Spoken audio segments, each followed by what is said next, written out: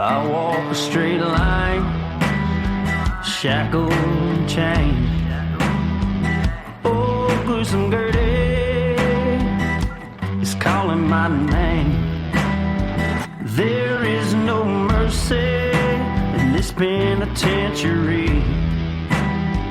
Just ask the Hillstream Gang, or Angola 3. I'm here for life, I'm here to die. Inside these walls, inside the wire. And when the wolf cries, I know it's over. Oh, bloody Angola. Oh, bloody Angola.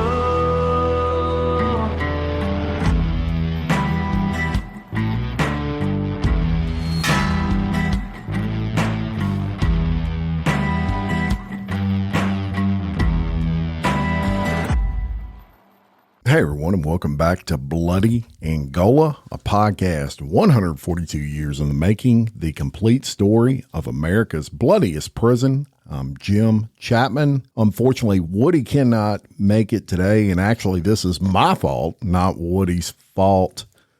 Schedules got crazy this week, and Woody did ask me to get with him on recording this episode, and to be honest, it was so busy in here that I just could not make the time to get both of us in the same place at the same time. I was out of the office a lot this week. So I'm going to be solo today, and we're going to continue that hurricane series that we've been discussing. And the last time that we left you, we were talking about Camp Amtrak. We're going to move on today to Washington Correctional Institute, and that's in Washington Parish. And they had some struggles with Hurricane Katrina as well. I'm going to tell you about that. And they didn't have plans for a Category 3 or 4 hurricane in Washington Correctional. However, the warden there, Warden Miller, pointed out that it was mentally helpful for the prison that they had thought through potential problems like train derailment. So they have a lot of trains that run through Washington Parish, and they were concerned that the wind would blow those trains over. And it's something that you don't really think about a whole lot when you deal with hurricanes. You know, they're more apt to blow over and derail in a situation like that, no matter that they're heavy. That wind blowing so hard will definitely blow them over. So staff, they attempted to take reasonable steps to prepare for the hurricane, although they afterwards realized they had not been able to begin to contemplate the extent of the damage that they would face. Most of the prison buildings have flat roofs, and they're covered with small rocks. All the prison vehicles, they were moved away from those buildings to protect them from those flying rocks that they would likely have during a hurricane. Trucks were preloaded with chainsaws ready to clear roads and all those sorts of things after the hurricane passed. And they boarded up the windows, or if they couldn't completely board them up, they would tape them. And that, y'all, when hurricanes come, a lot of people will tape windows that they can't board up. And it's just to keep that glass from flying everywhere. It'll just kind of crack and fall on the ground. I know that sounds kind of morbid, but that's the facts. And most other traditional hurricane precautions they took. So they were preparing for it as best they could. Now, on Monday morning of the week that Katrina hit, WCI, Washington Correctional, it was hit with the brunt force for about 3 or 4 hours. Maximum sustained winds, right?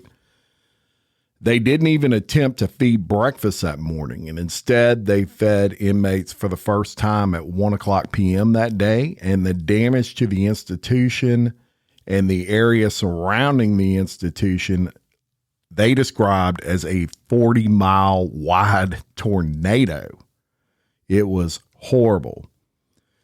At That particular prison, some interior fences were down. One perimeter fence had a section broken. That's not good in prison, right? All communications were down, as was water and power. So they had no power, no phones, no water, and the fences were down on the perimeter of the prison. And even an interior fence was down, Sallyport fence, if you will. Not good when you're in prison.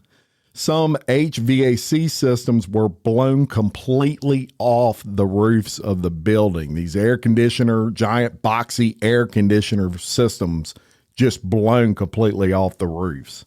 And they had natural gas in a lot of places in this prison, and they had a lot of gas leaks after Katrina's brunt force went through that prison. The staff had to find appropriate utility shutoff valves and cut that natural gas off even before the storm had passed. So during the storm, of course, these issues occur, and they had to go during the storm and start just shutting off valves. Otherwise, the prison could have literally blown up.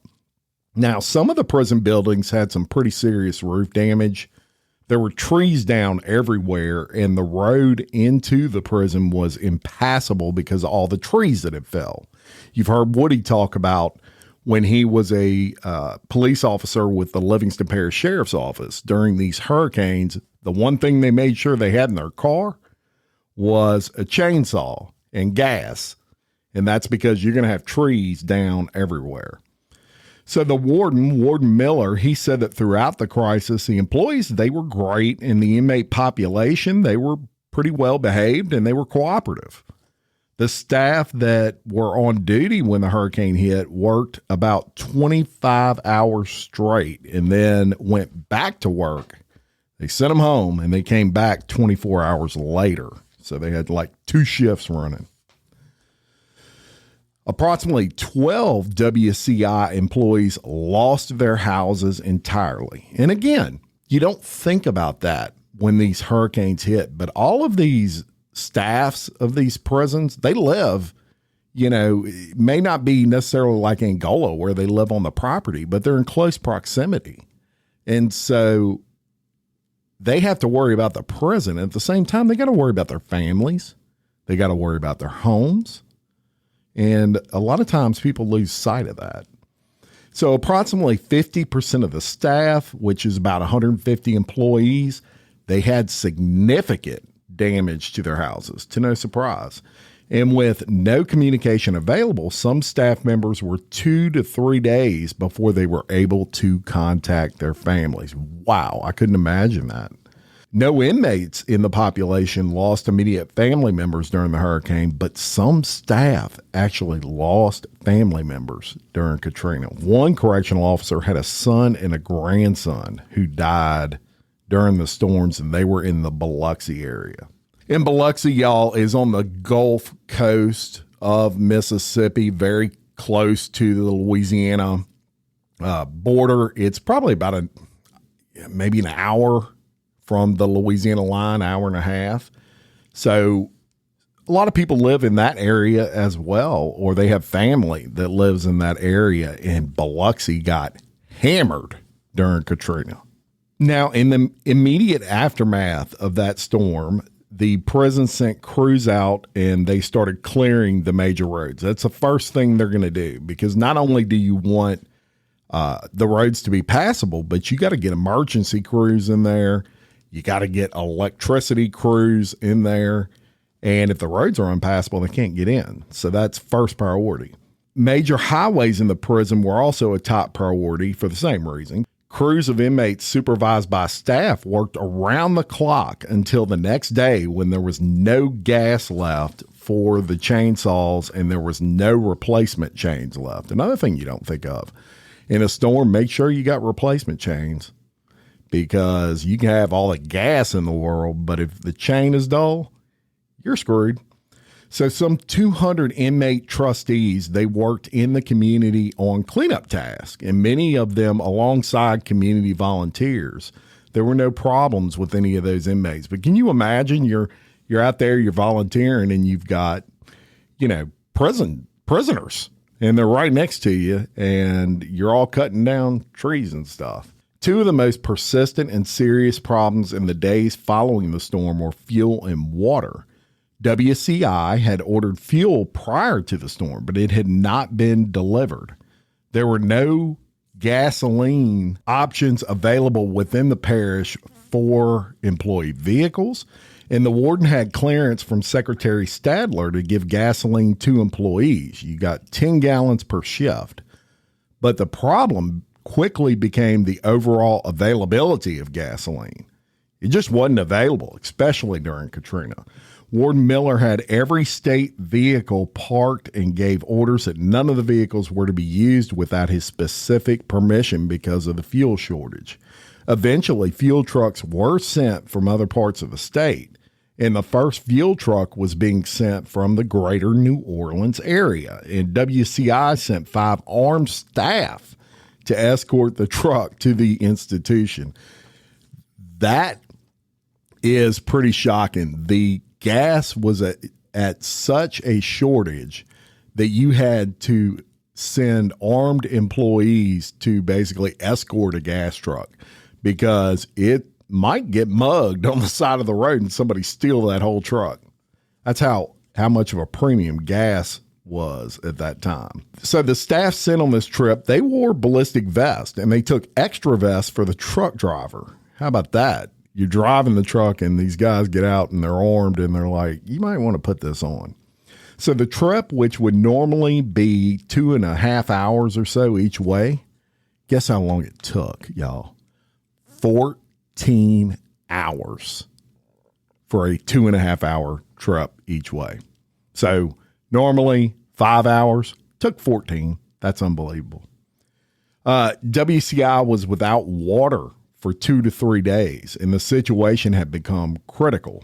Staff took water out of ditches and poured it into toilets to see which toilets would flush if there were poured water immediately available. Initially, bottled water was used to provide drinking water for inmates. After a few days, they were able to arrange a potable water container from the National Guard. And while drinking water had become a potential crisis, the institution ended up isolated for weeks. And water for flushing toilets, water for showers quickly became issues. Oh my gosh, you can't even flush the toilets. In one of the more creative initiatives during the whole crisis, Warden Miller went to a truck stop and found a trucker with a tractor trailer rig. The warden offered the trucker 20 gallons of diesel fuel in return for hooking up to an old milk tank trailer and pulling it into the prison compound. Warden Miller got non-potable water in a water storage truck from the fire department and used that water for flushing toilets and the milk storage trailer for water to take showers. Finally, the staff and inmate work crews were sent to cut fallen trees so that there was vehicle access to wells for the community water system. So outside the box thinking, right? We got to figure something out. No showers, no flushable toilets. Screw that. So the staff work hard to keep the inmate population well informed, and that's important. You don't want to riot in there during this time, and if those inmates don't know what's going on, they'll start to panic. No doubt about it, especially when they don't have any water and they're thinking we're going to thirst to death in here. So Warden Miller told both groups that the institution was going back to normal programming as soon as possible. He felt it was helpful for both groups to try to normalize, and I would agree with that. The inmate population saw that the staff was devastated and understood that some staff had lost immediate family members, their homes, etc., and staff-inmate relations actually improved in the aftermath of the hurricane. And let's talk about that for a second. I'm sure that the inmates at that time, look, they're human beings, a lot of them anyway, and I'm sure they were like, man, they're in the same boat as we are. And a lot of these guys are here and they're kind of taking care of us and making sure that we have water and coming up with all these ideas. And they got family members at home that they haven't even talked to, you know, and a little bit of, I don't know if I call it bonding, but sometimes during a crisis, you bond. Even an inmate and a correctional officer, right? You're all in the same boat at that point. So the TV's cable system was down, not good. There was no television in the inmate dormitories, and Warden Miller took to taping CNN at his home each day, and then the staff would take the VCR, which, y'all, for those younger listeners, a VCR is you have a tape, it's a VHS tape, and you put it in there and it plays something. They weren't streaming shit back then. So they took VHS tapes into each dormitory with this video cassette recorder, and they played 2 hours of news each day for the inmates. Genius idea, and pretty awesome of the warden to do that. Shout out to him.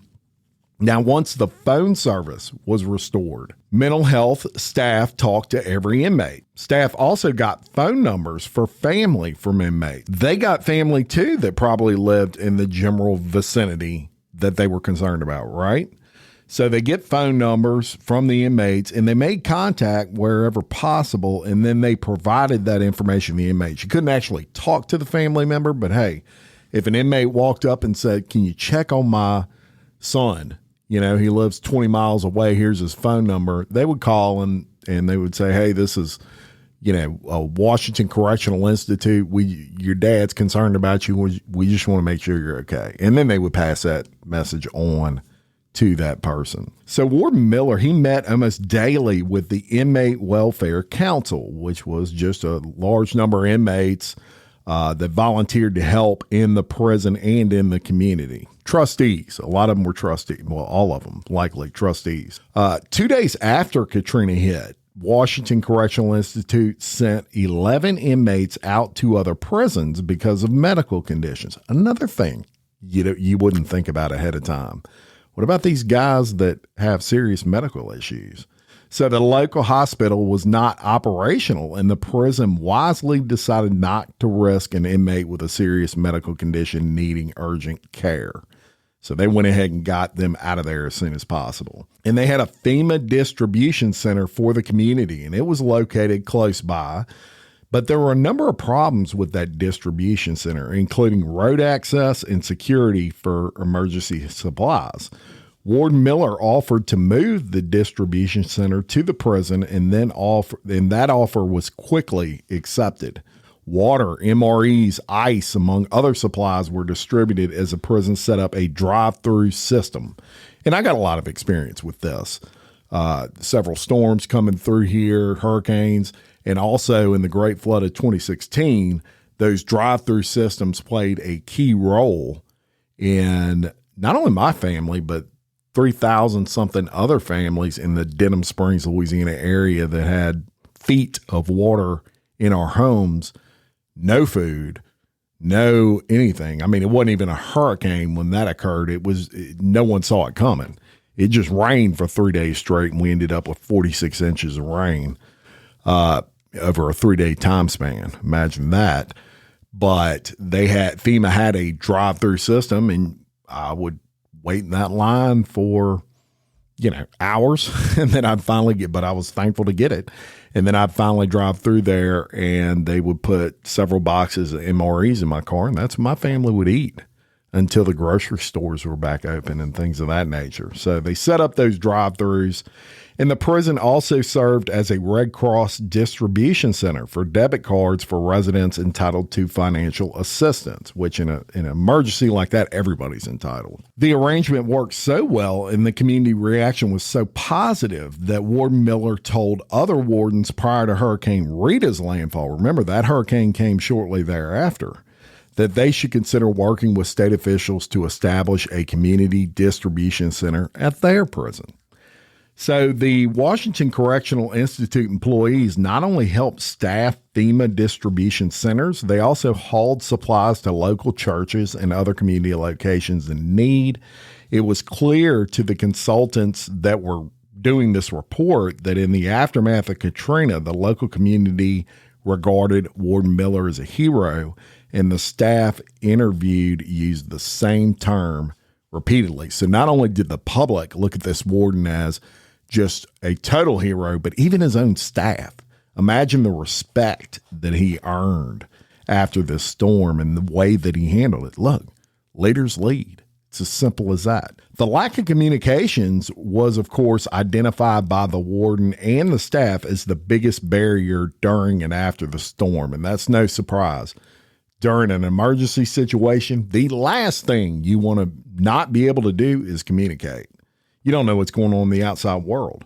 So for the first few days, the only communication possible was that with a satellite phone that they had on staff.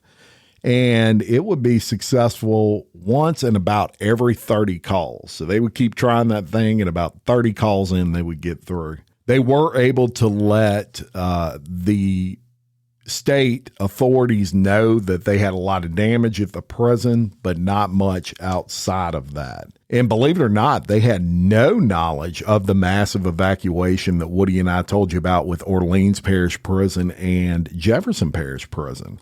And they weren't even aware of how other prisons in the state had fared during Katrina. They probably just assumed everybody got decimated, I'm sure. It was a matter of weeks before the Washington Correctional Institute actually became aware of the scope of the entire prison department's activities during that time.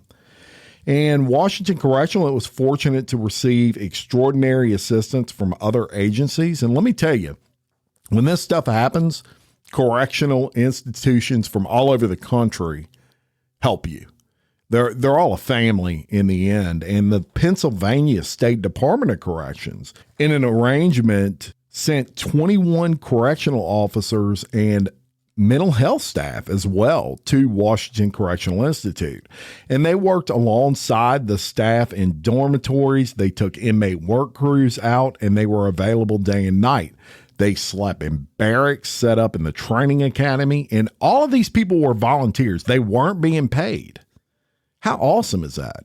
And it's worth noting that Pennsylvania had more volunteers than could be sent. They actually had more people want to come down here. They just didn't have the transportation to send them down here. And when they were not on duty at the institution, many of that staff helped WCI fix their own houses. Man, if that don't give you just a warm, fuzzy feeling in your your chest, you ain't living. That's pretty freaking awesome. Now, the Pennsylvania staff, they stayed for approximately 2 weeks, and then they would cycle home and another group would come back. And they did that for over a month. How about that? Donations arrived at the institution from Kentucky, Tennessee, Maryland, and even more jurisdictions. And in almost all cases, the donations were from corrections staff in other states. The Norfolk County Sheriff's Office in Massachusetts adopted WCI, and they collected money, and they actually sent a check for $21,000 that was specifically intended for the staff of that prison, and they divided that up evenly. That's pretty cool. At the same time, one of the consultants visited WCI that did this report that I'm going over with you now. And most of the staff seemed to be doing well, except there were many continuing to deal with substantial house damage and extraordinary storm-related expenses, right? All the things you have to rebuy. And Warden Miller suggested that the impact of Katrina would be felt for 10 to 25 years in that parish, perhaps forever, because the number of displaced New Orleans residents who may stay in what was a quiet rural community. And it looking back on it now, it's not as bad as they thought it would be 25 years later, or however many years it's been. But they were sure concerned about it at that time. And it did take a lot of time to recover. And even New Orleans, when it evacuated, when New Orleans evacuated after the levees broke, a lot of those people ended up in Houston, Texas, and they never moved back to New Orleans. So it affected their population greatly, but it's since come back now. It just takes a lot of time, y'all. So this report, it also covered its thoughts on the plans for mass evacuations in the future. So what happens if a Katrina happens again, right? And here's what they've came up with. Each institution should be responsible to have plans not only for on-site evacuations, like fire, for example, but also have off-site evacuations for the entire population. Those plans need to be thought out, detailed, and realistic. While that is a formidable planning task, it is a helpful exercise to staff and other aspects of emergency planning. They should also, meaning the Department of Prisons, should also identify which records must accompany an inmate during an evacuation. And that's a big one, a big lesson that they learned. Remember, I told you, there were a lot of inmates that went inside Louisiana State Penitentiary to Angola, and they came from Orleans Parish Prison, and nobody had any idea what these guys did. Maybe they were there for a traffic ticket. Maybe they were there because they killed 50 people. They had no idea. They didn't have any records on them. That's crazy, right? So the department should identify which records must accompany an inmate during an evacuation. Those will typically include a criminal history, current sentencing, and medical mental health records. Evacuation plans must include plans for dealing with special populations. Evacuation plans should include plans to identify inmate troublemakers during the evacuation. You know, kind of like in the old days of Angola with the red hat cell block, and these guys would wear hats with a red band around them, and that identified them as the worst of the worst prisoners. Maybe they need to come up with something like that, but not a hat, because they can pull that off, right? All department vehicles should be identified by large, easy-to-read, unique numbers on the side of the vehicle. Another thing that we talked about in past episodes that is very important. The department should have the capacity at each institution to take digital photos of inmates and evacuees brought to the institution, and then to back up those photos to other departmental locations by email. So what they're concerned with there is inmate H, for example. Let's just say he goes to Angola and he says he's someone he's not. At least they have a photo there that they can go through and figure out who this guy is. The department should determine whether there's any portable biometric identification system that is practical enough and inexpensive enough to be placed at each institution for identifying large numbers of incoming or evacuating inmates.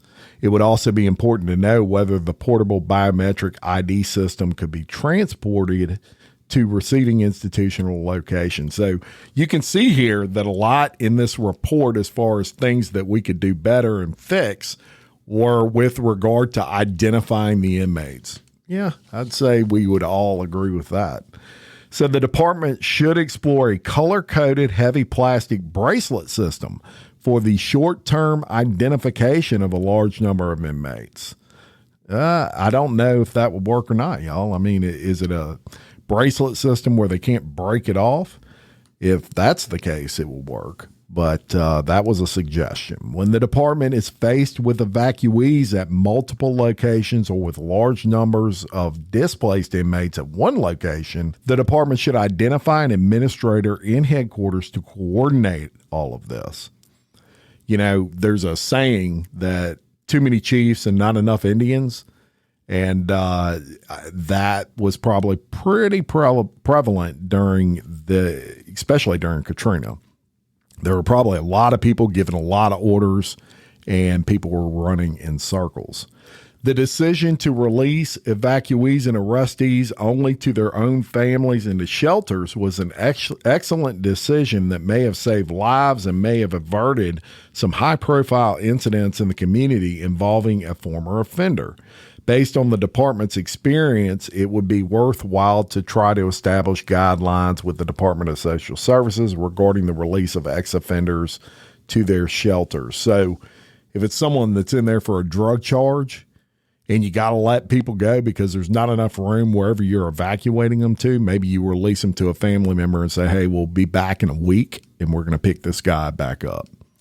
You're not going to release a killer, obviously, or a rapist or somebody like that. But these nonviolent crimes, if you will, someone that's cheated on their taxes, I mean, let them go home for a week.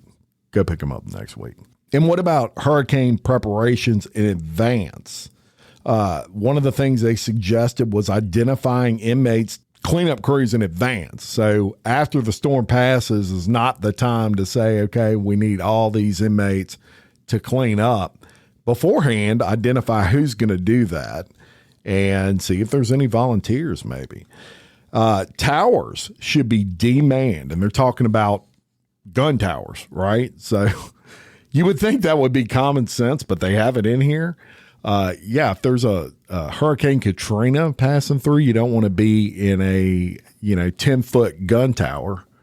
You're going to go bye-bye if you are, because they lost a lot of gun towers during that storm. High velocity wind gusts can occur well before the center of the hurricane is close, and the risk to staff and towers is substantial, they wrote. A relocation area for prison vehicles should be predetermined. That location should not be close to buildings because, as what happened at WCI, HVAC units can blow off roofs, and other heavy objects can blow off the buildings and smash the freaking vehicle, right? And it's of no use at that point. Also, trees can fall on it, so you certainly don't want to park it next to trees. Then it goes on, it says, in the parts of the country subject to hurricanes, just as parts of the country subject to earthquakes, the rule of thumb has been the staff should be prepared to be isolated and self-sufficient for a minimum of 72 hours, 3 days. Experience with Katrina and Rita suggests 5 to 7 days might be a more conservative estimate. Staff on serious chronic medication should keep 3 to 5 days supplies of it at work in their desk and in some other agreed upon secure locations. Staff with strong prescription lenses should keep backup pairs of glasses at work as well. And that's good advice. Emergency generators powered by natural gas rather than diesel fuel or gasoline have the potential to reduce the department's dependence on gasoline. Some states have a good history with natural gas emergency generators, and Louisiana is one of those. Even private citizens, especially nowadays, most of your generators that you buy new these days, they're multi-fuel. So you can run them off of gasoline or off of natural gas, like propane tanks. And I can tell you that's invaluable for a private citizen, because the lines at the gas stations after a storm, before a storm, whatever, especially before a storm, are insane at the gas station. And if it's coming and it's a big one like Katrina, you might as well wait. You be prepared to wait about 3 hours to fill up a 5-gallon gas can. It's ridiculous. Emergency supplies, they move on and they say food was not the most crucial commodity in the aftermath of Katrina. Drinking water, gasoline, and diesel fuel were all more crucial than food. Warden Kane and Louisiana State Penitentiary in Angola have the right idea about emergency generators. More or better. Also, while all institutions have emergency generators that are fixed, large portable emergency generators can be valuable in an extended emergency. Absolutely. And that's what the private citizens rely on, but for the most part. Just these generators on wheels. Plug, you can run a refrigerator and a few other things off of it. And these bigger generators, you can run your whole house off of it. And they're not generators that are permanent. They're on wheels, but they run 14,000 watts or whatever it is, and they'll power your whole home if you wire them in right. Emergency generators should also be tested on a regular schedule and run for a few minutes under load in sporadic times throughout the year. And it also notes in the immediate aftermath of Katrina, gasoline became difficult and in most cases impossible for civilians to purchase in greater New Orleans. Secretary Stadler's quick decision to furnish gas to employees so that they could drive to work and back and perhaps get groceries and the like was an extremely important decision that may have avoided a substantial amount of employee absenteeism. However, the department has its own problems in securing a supply of gasoline at many locations. Many years ago, it was common for state departments of corrections to have large supplies of gasoline and diesel fuel in tanks, whether for transportation, operations, or other needs. But in recent years, for environmental reasons, there has been a move from large storage supplies of gasoline. That sucks. That's a horrible idea. And, with all these regulations, environmental regulations, sometimes they go against you as it relates to preparing for storms. You should always, these are prisons. I want you to have a ton of gas. You definitely don't want to run out of that. And then it goes through y'all some common sense stuff, talks about batteries and things like that. And then it kind of wraps up. And with that, we are going to wrap up this series. I know it's been a little bit longer series, but a lot of people, we've gotten a lot of emails from people that have found this very interesting. And, it's a report that's kind of hard to find out there. And when I located this, I knew it was something that many of you who have an interest in prisons, if you're listening to this podcast, you certainly do. Many of you who have an interest would find it interesting. And so that's why we brought it to you. But this is the last episode, and we'll start bringing you some other stuff next week on Bloody Angola. And just quickly, I want to thank all of you for listening. I also want to mention that we have those quarterly gifts for our Warden team members on our Patreon page. We have those going out. I'm going to start shipping those out by Monday. So look forward to that. If you're a Patreon Warden team member, you have to be that highest tier that we have on that Patreon, but we're going to start sending those out. And incidentally, I want to thank and appreciate, and I know Woody does too, all of our Patreon subscribers. You support the show, and without your support, we couldn't do this show. We just couldn't do it. It's just too expensive and requires too much time without the support of our Patreon members. So thank you. I want to thank everyone who has listened to us on Real Life, Real Crime Daily.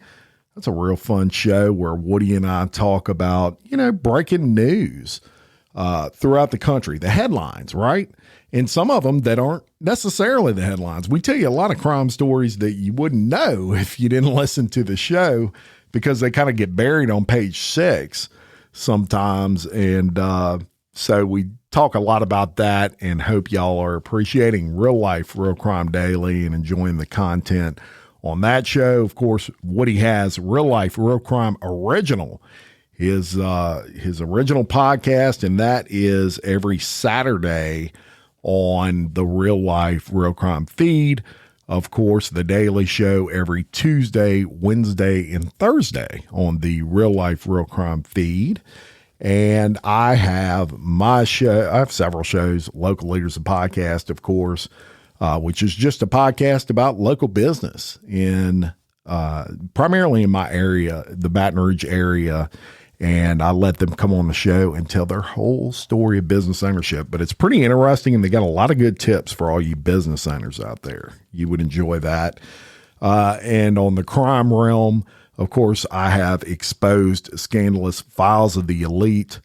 And just the last month, y'all, that podcast, so blessed to see that just boost through the roof as far as the ratings are concerned. Last time I checked, we actually reached 33 in the society and culture category. That's out of 106,000 podcasts.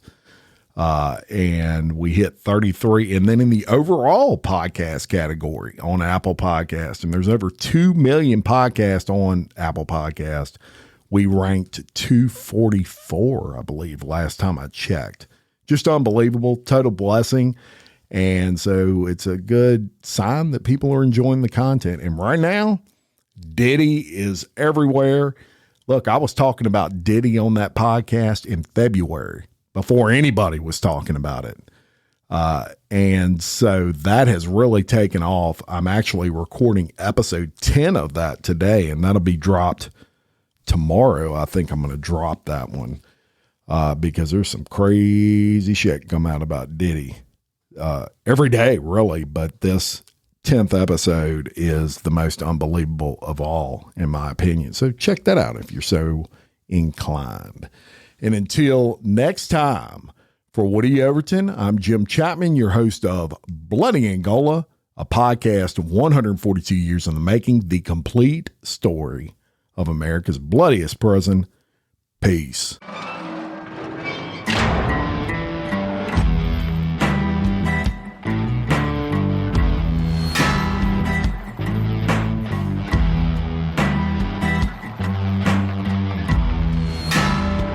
I walk a straight line, shackled and chained. Oh, gruesome Gertie is calling my name. There is no mercy in this penitentiary. Just ask the Hillstream gang, Rango